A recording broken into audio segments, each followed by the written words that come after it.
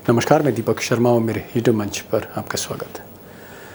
दोस्तों, हरियाणा में एक हारी हुई बाजी जीतने के बाद मोदी और शाह अब हर कीमत पर महाराष्ट्र जीतना चाहते हैं। आप कह सकते हैं कि महाराष्ट्र की फतेह, महाराष्ट्र की जीत अब एकमात्र लक्ष्य है, ओनली सिंगल टारगेट मोदी और शाह का। उसकी वजह यह है, और वजह बड़ी है, वजह यह है कि अगर हरियाणा के बाद महाराष्ट्र भी जीत लिया तो यह तय मानिए गुजरात लॉबी एक बार फिर से उतनी ही ताकतवर हो जाएगी जितनी ताकतवर 4 जून से पहले थी। भले ही लोकसभा में संख्या कम रहे, भले ही बैसाखियों पर सरकार हो नायडू नीतीश की, लेकिन अगर महाराष्ट्र जीत लिया, सबसे अमीर राज्य जीत लिया, हरियाणा जीत लिया, झारखंड भी जीत लिया, एक सिलसिला शुरू करना चाहते हैं मोदी और शाह। फिर बिहार भी जीतेंगे, दिल्ली भी जीतेंगे। ये टारगेट लेके चल रहे हैं, हर कीमत पर ताकत को बढ़ाना है, ये है लक्ष्य।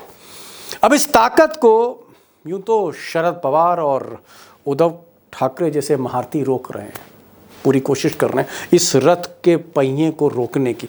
लेकिन एक और शख्स है जिस पर सारा दारोमदार है मोदी और शाह को महाराष्ट्र में रोकने का, और वो शख्स हैं ये साहब Rahul Gandhi, leader of opposition, नेता विपक्ष राहुल गांधी।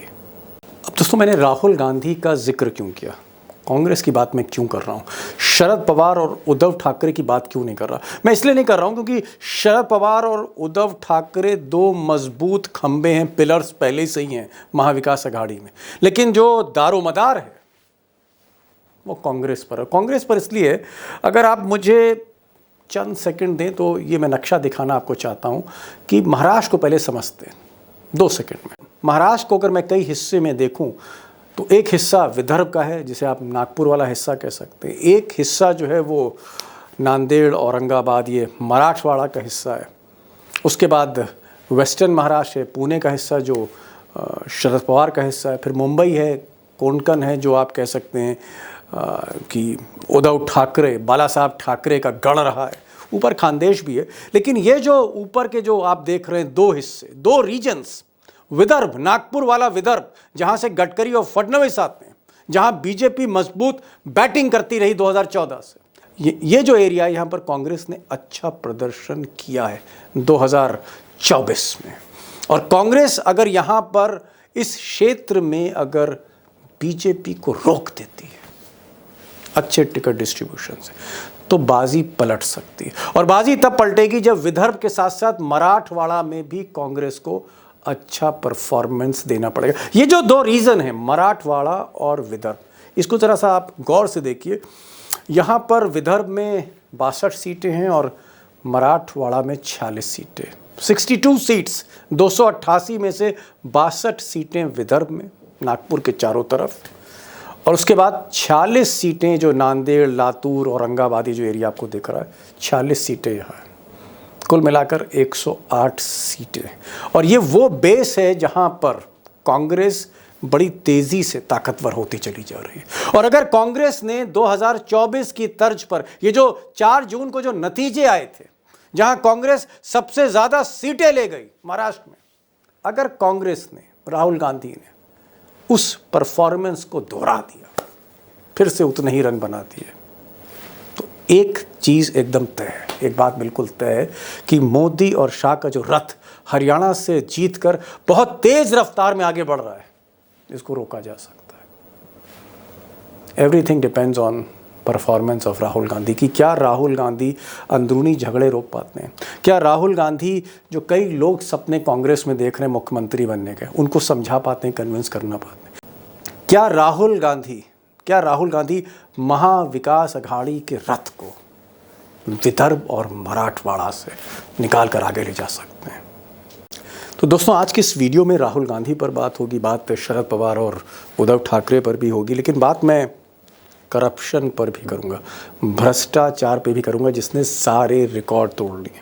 यकीन मानिए, जिस लेवल पर महाराष्ट्र में भ्रष्टाचार जा चुका है, उतर चुका है, उसकी कल्पना नहीं की जा सकती। जिस तरह से बोलियां लग रही हैं, कॉरपोरेटर की बोली, एमएलए की बोली, विधायक की बोली, ट्रांसफ़र पोस्टिंग में एक एक पोस्ट की बोली, जिस तरह से कांग्रेस ने एक आरोपों की लिस्ट जारी की है, अगर इसको आप देखेंगे तो वाकई घबराहट होती है कि देश के सबसे अमीर राज्य की तिजोरी कैसे लूटी जा रही है। उस पर भी मैं आऊँगा, मोदी और शाह के प्लान पे भी आऊँगा, और आरएसएस किस तरह से पर्दे के पीछे हिंदुत्व की जो लॉ है तेज कर रहा है, उस पर भी आऊँगा। ये वीडियो बहुत इंपॉर्टेंट है क्योंकि महाराष्ट्र का आप कह सकते हैं जो इलेक्शन में आज का सीन है नामांकन से पहले, उसका एक पूरा का पूरा पोस्टमार्टम है। इसको ज़रूर देखिएगा। महाराष्ट्र के फैसले, महाराष्ट्र का मिजाज समझ आएगा। 3 बड़े खिलाड़ी हैं आज महाराष्ट्र के। अशोक वानखेड़े टाइगर हैं जो दोबारा महाराष्ट्र का दौरा करके लौटे हैं, आज वो लाइव हो रहे हैं। सुधीर सूर्यवंशी हैं, कुछ खबरें उनके पास भी हैं आज जो शेयर करेंगे, साझा करेंगे, ब्रेकिंग न्यूज़। और उमाकांत लखेड़ा भी होंगे। एक ओवरऑल 360 डिग्री पर्सपेक्टिव उनसे भी मिलूंगा। वीडियो को आखिर तक देखिए, महाराष्ट्र को समझने की कोशिश करिए, क्योंकि देश की राजनीति को हरियाणा से कहीं ज़्यादा महाराष्ट्र बदलने जा रहा है। टाइगर, कांग्रेस ने एक लिस्ट जारी कर दी है और ये लिस्ट में सारे रेट लिखे हुए हैं। अगर आप स्क्रीन पर लिस्ट देखेंगे, विधायक की खरीद 50 करोड़, कॉरपोरेटर की खरीद 1 करोड़, सीनियर ऑफिसर का ट्रांसफर कराना है तो 1 करोड़, सिविल सर्जन डॉक्टर का भी ट्रांसफर कराना है तो 25 लाख चाहिए। यहां तक कि परीक्षा पेपर अगर लीक हो रहा है तो उसमें भी 15 लाख, इंस्पेक्टर का पेपर लीक हो रहा है तो 15 लाख, और सरकारी नौकरी अगर ग्रुप डी की भी है, ग्रुप डी चतुर्थ श्रेणी कर्मचारी, उसमें भी 7 लाख रुपए आपको हथेली पर रखने होंगे। क्या भ्रष्टाचार इस कदर पहुंच गया है? और यही स्ट्रेंथ है शिंदे सरकार की, ये जो कांग्रेस का आरोप है। दीपक भाई, वो रेट लिस्ट मैंने देखी, जिसने भी रेट लिस्ट दी बहुत कंजर्वेटिव दी। ओहो, रेट इससे ज्यादा है। अरे बाप रे बाप। 50 करोड़ के रेट उनके लिए थे जिनके ऊपर ईडी सीबीआई का डर था। बिना ईडी सीबीआई वालों के लिए तो उससे भी ज्यादा पैसा है। महाराष्ट्र में जो रिश्वत जारी है वो 3 जगह जारी है। 3 राजनीतिक दलों को 3% 3% जो है वो डिपार्टमेंट के होते हैं, बिल निकालना, बाकी अप्रूव करना। 12% वो हो गए। और ये ऑटो रिक्शा सरकार है तो इसका ड्राइवर दिल्ली में बैठता है, 3% उसके, तो टोटल 15% तो रिश्वत के जा रहे हैं। जो काम करेगा वो कम से कम 15% मिनिमम अपना प्रॉफिट रखेगा, तो 30% जाने के बाद 70% में काम होता है।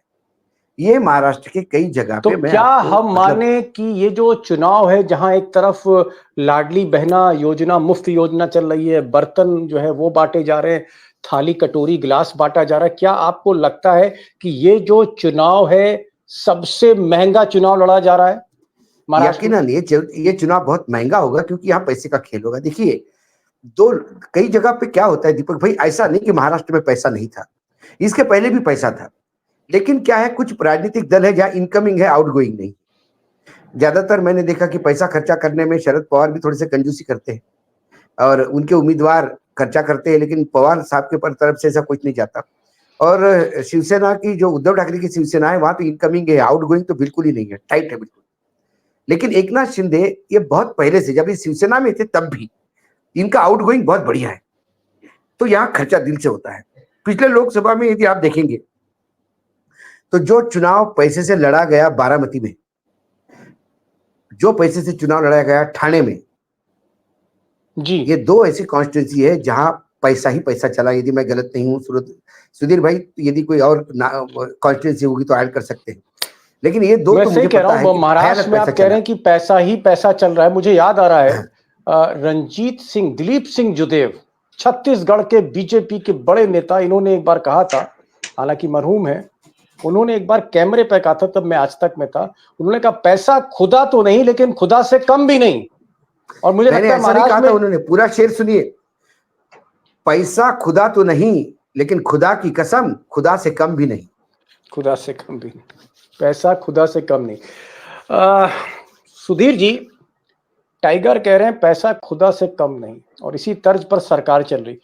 अगर पैसा दोनों हाथों से लुटाया जा रहा है, खर्च किया जा रहा है तमाम मुफ्त योजनाओं में, तमाम और स्कीमों में, तो ये तो बता दीजिए कि महाराष्ट्र की तिजोरी का हाल क्या है। ये जो सरकार की तिजोरी है, जो हमारा आपका टाइगर का और लखेड़ा साहब का जो इनकम टैक्स का पैसा है पब्लिक का, ये जो तिजोरी में रखा है, तिजोरी के क्या हाल है? तिजोरी भरी हुई है देश के सबसे अमीर राज्य की, या तिजोरी में भी सेंध लग गई है?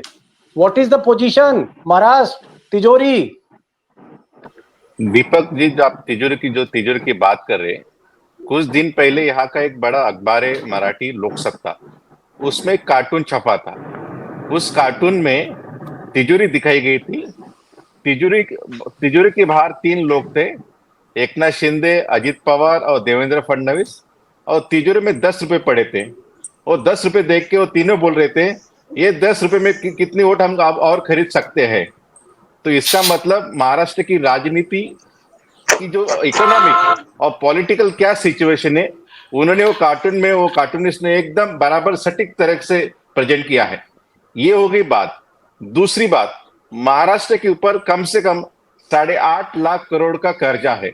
और ओहो, जो फाइनेंस मिनिस्टर 8.5 लाख करोड़ का कर्जा महाराष्ट्र पर है। सुनिए आगे साहब, हम तो आपके महाराष्ट्र को बहुत अमीर अमीर आदमी के तौर पे देखते थे कि भाई सबसे अमीर राज्य है, बड़ी उम्मीदों से देखते। आप कह रहे हैं तिजोरी खाली पड़ी, 8 लाख का कर्जा है। आगे सुनिए।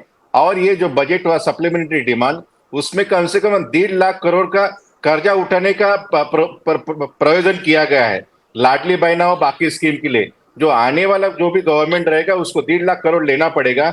इसका मतलब महाराष्ट्र के ऊपर टोटल जो कर्जा है वो 10 लाख करोड़ हो जाएगा 2 महीने में। इसका मतलब 10-11 जो करोड़ की जो आबादी है महाराष्ट्र की, हर आदमी के सर पे 1 लाख कर्जा है। उनका 1 लाख रुपए छोड़ दीजिए, होम लोन छोड़ दिए, बाकी छोड़ दिए, लेकिन गवर्नमेंट ने उनके ऊपर 1 लाख का कर्जा डाल दिया ऑलरेडी। ओके, इसका मतलब महाराष्ट्र की स्थिति खराब है, लेकिन अभी भी फ्रीबीज हो रही हैं। हालांकि जो स्टेट इलेक्शन कमीशन के जो अधिकारी हैं, उन्होंने एक सेकंड किस्त जो है लाडली बहना की रोक दी है। लखेड़ा साहब, मेरा सवाल यह है कि लोकसभा का जब चुनाव हुआ था जून में, कुछ महीने पहले, उस वक्त हम देख रहे थे कि महाविकास अघाड़ी, शरद पवार, उद्धव ठाकरे, कांग्रेस भारी पड़ गई थी। 48 में से 30 सीटें, 30 सीट्स, ऑलमोस्ट आप कह सकते हैं कि स्वीप जैसी स्थिति वो थी शरद पवार ठाकरे की। क्या आपको लगता है कि क्या आपको लगता है कि वो स्थिति बरकरार है, या बीजेपी हरियाणा जीतने के बाद रिकवरी के पोजीशन में बीजेपी इंप्रूव कर रही है हरियाणा जीतने के बाद? देखिए, मैं आपको एक बता दूं कि हरियाणा का जो नेचर है वो नेचर बिल्कुल डिफरेंट है, महाराष्ट्र का नेचर बिल्कुल डिफरेंट है। हरियाणा में जो कांग्रेस था, कांग्रेस बड़े वीक विकेट पर थी, हालांकि मजबूत पार्टी है। एक छत्र राज था कांग्रेस का वर्षों तक वहां पर, उसके पास मजबूत नेता थे। लेकिन सवाल है कि कांग्रेस से सीधी फाइट थी बीजेपी की। और जब ये कहा जाता है कि आज की तारीख में जब बीजेपी से कांग्रेस की सीधी फाइट होती है तो कांग्रेस वीक पड़ जाती है, जबकि महाराष्ट्र में ये सिचुएशन बिल्कुल डिफरेंट है, अलग है। महाराष्ट्र में दो कांग्रेस के अलावा दो बड़े प्लेयर हैं।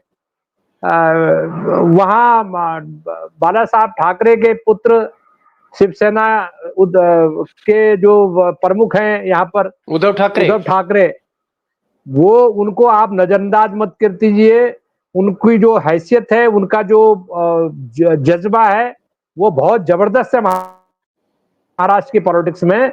और शरद पवार को आप उनकी जो कूटनीति है, चाणक्य है उनके, वो दोनों चीजों को वो कर रहे हैं, मैनेज कर रहे हैं। लेकिन एक बात बता दूं मैं आपको, महाराष्ट्र में मैं किसी नतीजे पर पहुंचे बगैर एक बात बता दूं कि महाराष्ट्र में Bharatiya Janata party micro management कर रही है निचले लेवल पर। तो सिचुएशन ये है कि एक तरफ ये चादर चारों तरफ से फटी हुई है, राज्य सरकार का खजाना खाली है, और जो भी सरकार आएगी, मैं तो ये बता रहा हूं अब कि जो भी सरकार आएगी वो कांटों का ताज उसके माथे पर होगा। और महाराष्ट्र जैसा प्रॉस्पर जो स्टेट है, समृद्ध राज्य है, उस राज्य में ये हालत होने वाली नवंबर के बाद कि तनख्वाह बांटने के पैसे नहीं होंगे। तो मैं अभी ये कह रहा हूं कि देखिए, जो जनरल परसेप्शन बता रहा हूं आपको कि लोकसभा चुनाव में भारतीय जनता पार्टी बहुत पीछे थी, टक्कर में नहीं है। लेकिन सिंगल डिजिट जैसा टाइगर बोलते थे बार बार, और वो बात उनकी सही साबित हुई। लेकिन मैं आपको फिर बता रहा हूं कि गुजराती लॉबी को नजरअंदाज मत कीजिए, अंडरमाइन मत कीजिए। ये क्या खेल करेंगे, किस तरह से खेल करेंगे, क्योंकि मैं आपको बता दूं कि महाराष्ट्र जीतने के लिए ये एड़ी चोटी का जोर लगाएंगे, क्योंकि जो कमाई महाराष्ट्र में हो रही है वो कमाई इनको दूसरे राज्य में नहीं हो सकती। और अगर महाराष्ट्र इनके हाथ से लूज कर लिया इन्होंने, तो इसका मतलब ये हो गया कि जो जो फिजा है एक बड़े राज्य को हारने की, वो फिजा झारखंड, बिहार, दिल्ली होते हुए आगे बढ़ेगी, ऐसा मेरा मानना है जी। Okay okay okay. आप कह रहे हैं कि कहीं ना कहीं एड़ी चोटी का जोर मोदी और शाह लगा रहे हैं, भले खजाना खाली हो, भले स्थितियां खराब हो, हरियाणा जैसी स्थिति हो, एंटी इनकम्बेंसी हो, कुछ भी हो, लेकिन मोदी शाह खेल करेंगे। गुजरात लॉबी इसी के लिए जानी जाती है। मैं जरा टाइगर के पास आ रहा हूँ। टाइगर भाई, गुजरात लॉबी को आपसे बेहतर कौन समझ सकता है? मोदी शाह को आपसे बेहतर तो कोई समझ ही नहीं सकता है। खुलकर बोलते हैं, समझते तो बहुत लोग हैं उनको, लेकिन बोलते बहुत कम है। आप बोलते हैं। ये बताइए कि जो मिस्टर लखेड़ा ने कहा, इन्होंने कहा कि साहब, चाहे महाराष्ट्र में शरद पवार हो, चाहे उद्धव ठाकरे साहब हो, चाहे वहां पर मराठी बनाम गुजराती हो, चाहे तिजोरी खाली हो, चाहे भ्रष्टाचार हो, जो कुछ कह लीजिए साहब, लेकिन मोदी और शाह को हल्के में मत लीजिए, हल्के में मत लीजिए। देखिए दीपक भाई, जी एक बात तो मैं उमाकांत जी की मानता हूँ। मैंने हरियाणा में कहा था कि जनता चुनाव लड़ रही है, इसलिए मैं बाकी कोई चीजों को अंडरमाइन नहीं करता। लेकिन मुझे पता था कि जनता चुनाव लड़ रही है, लेकिन चुनाव में जो दूल्हा है, मतलब बारात तो बहुत बड़ी है, पूरी बारात साथ में है, लेकिन दूल्हा ही घोड़े से उतर के भाग जाए तो बाराती क्या कर लेगी? हरियाणा में ऐसा हो गया। महाराष्ट्र में हरियाणा की चुनाव भले ही जीत जाए बीजेपी, लेकिन भाजपा अंदर से जानती है वो चुनाव कैसा जीता गया। छोटे राज्य में उन्होंने एक खेल कर दिया, बड़े राज्य में एक खेल नहीं हो सकते। Point number 1। दूसरी, हमारे यहाँ शरद पवार भी है, उद्धव ठाकरे भी है, और ये भी है, कांग्रेस भी है।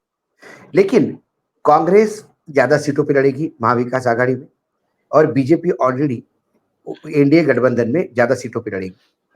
बैटलफील्ड जो है वो है विदर्भ और मराठवाड़ा। यहाँ पे यदि कांग्रेस गेन कर गई, या महाविकास आघाड़ी जिसको हम कहते हैं, या इंडिया गठबंधन यहाँ यदि एज कर गई, तो फिर सुपड़ा साफ है, ये बात तय है। लेकिन जो कॉशियसली अब काम कर रहे हैं बीजेपी, एक तो बीजेपी ने जो 99 की लिस्ट घोषित की, उसमें बहुत ज्यादा पहले चर्चा थी कि गुजरात मॉडल लागू किया जाएगा, बहुत सारे लोगों के टिकट कट जाएंगे। वो उन्होंने अवॉइड किया, क्योंकि उनको लगा कहीं ना कहीं विद्रोह होगा, और विद्रोह संभालने की स्थिति में भाजपा में आजकल कोई नहीं। ना अमित शाह की कोई सुनता, ना मोदी को कोई सुनता है जो विद्रोह पे आता है। तो जो खासकर मराठवाड़ा में उन्होंने 16 सीटें दी। 16 सीटों में से जो सीटें हैं टोटल, उसमें से उन्होंने 10 मराठों को सीटें दी। 16 में से 10 मराठे।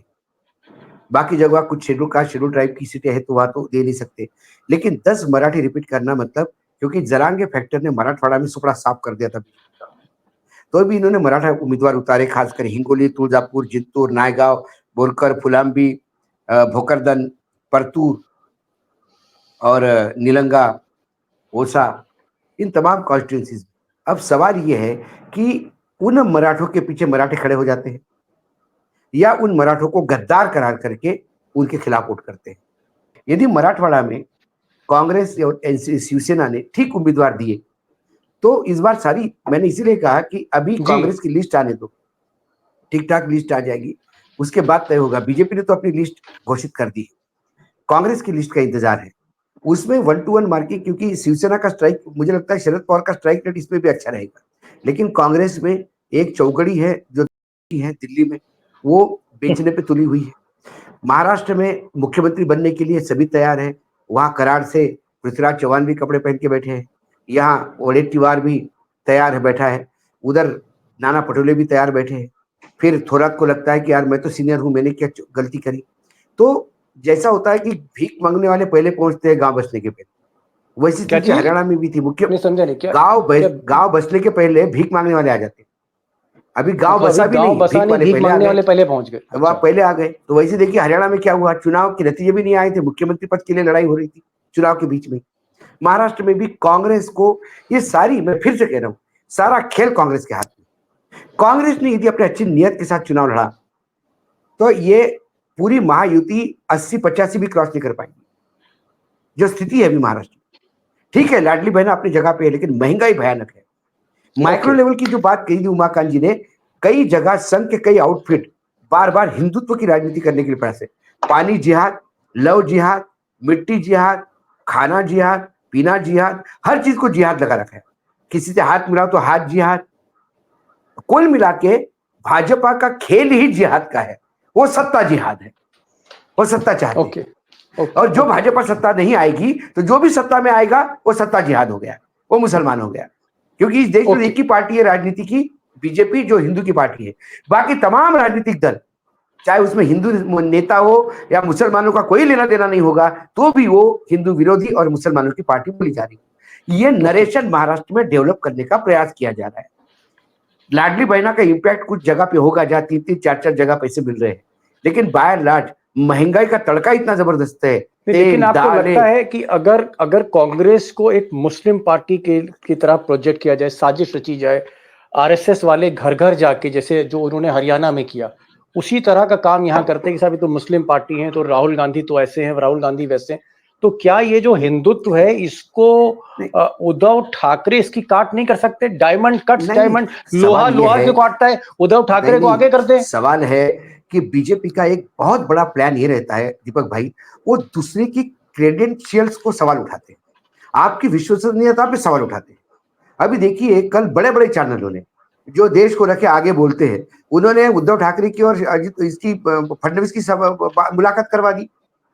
उसके पहले 15 दिन पहले भी एक मुलाकात करवा दी थी कि रात को जाके मिला है। तो कहीं ना कहीं ये अविश्वास की भावना पैदा करते हैं। Got the point. आ रहा हूँ फाइनल सवाल आप ही से पूछूंगा मैं। सुधीर जी, टाइगर जो उनका जो क्रक्स है वो ये है कि भाई अगर कांग्रेस कप्तान की भूमिका में है, महेंद्र धोनी की भूमिका में है, तो फिर कैप्टन नॉक खेलना होगा। जो दारोमदार है वो कांग्रेस के ऊपर है। कांग्रेस ने अगर खेल सही खेला तो ये वैतरणी पार, नदी पार हो जाएगी। शरद पवार तो कोशिश कर ही रहे हैं, उद्धव ठाकरे तो कोशिश कर रहे हैं। कांग्रेस को जो है रन बनाने होंगे, कांग्रेस के ऊपर दारोमदार है। क्या इस बात से आप सहमत हैं? तो कांग्रेस को फिर क्या करना है? बिल्कुल, अशोक बाबू ने सही चीज कहा। कांग्रेस को ही मेन रोल प्ले करना है, उनको ही सरकार लाने, तो उनको ही फाउंडेशन क्रिएट करना होगा। लेकिन मेरा जो ऑब्जर्वेशन है 2014-2019 में, 2014 की हम जब बात करते तो मैंने खुद देखा है कि कांग्रेस के लोगों ने हथियार डाल दिए थे। वो मानसिक तौर से इलेक्शन लड़ ही नहीं रहे थे। तभी भी कांग्रेस के 40 सीटें आई थी। 2019 में भी कांग्रेस के हाईकमांड, सोनिया गांधी हो, राहुल गांधी हो, प्रियंका गांधी, कोई यहाँ पे आए नहीं। उनको ऐसा लग, मेरे कांग्रेस के नेता से बात हो रही थी इलेक्शन के बाद में, जब कांग्रेस की 44 सीट आई, तो मैंने कहा कांग्रेस एक्सपेक्ट कर रही थी कि दिल्ली वाले इतना, बोले उनको लग रहा है कि 15 और 20 सीटें आएंगी। जब हमने बताया कि 44, वो तो सरप्राइज हो गए। तो बिना सेंटर के सपोर्ट, लीडरशिप के सपोर्ट, कांग्रेस का मिनिमम 40 to 50 सीट्स आना ही आना है महाराष्ट्र में, मिनिमम। अभी तो दूसरी बात है 2024 के बाद में क्या हुआ, राहुल गांधी की जो पद यात्रा हो और बाकी जो संविधान बचा, उससे क्या होगा, जो कांग्रेस का जो जनाधार था 10 साल में खोया हुआ, दलित, मुस्लिम और आदिवासी, वो वापस आ गया। जो उनकी जो बैसिन है विदर्भ, वहां पे उन्होंने बाउंस बैक कर लिया। मराठवाड़ा में किया, वेस्टर्न महाराष्ट्र में किया। विदर्भ में मुझे लगता है कि महाविकास आघाड़ी की सबसे ज्यादा सीटें आएगी, उसमें कांग्रेस ही नंबर 1 रहेगी।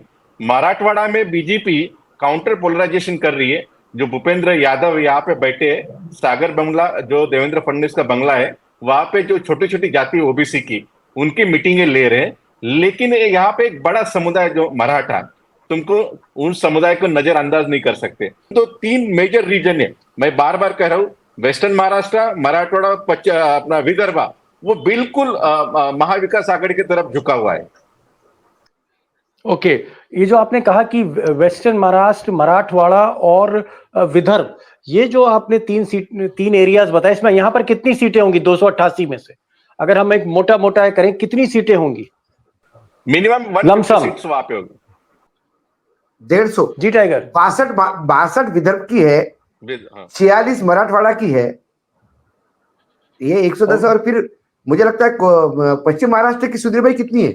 60 का 50-60 के नजदीक हो गया। तो वो क्या है, तो 150 पौने 200 150 सीट हो जाती है वहां से। Tiger got the point. Tiger कह रहे हैं कि चुनावी रणनीति को बेहतर करना होगा, मजबूत करना होगा, कहीं ढिलाई नहीं देनी होगी, टिकट डिस्ट्रीब्यूशन, जातीय समीकरण, सामने वाला किसको मैदान में उतार रहा है, हमें किसको उतारना चाहिए, वोट कैसे कटेंगे, वोट कैसे मिलेंगे, ये सारा कुछ जो है ये बहुत मजबूती से कांग्रेस को सोचना होगा और साथ में शरद पवार, उद्धव ठाकरे को साथ लेके चलना होगा।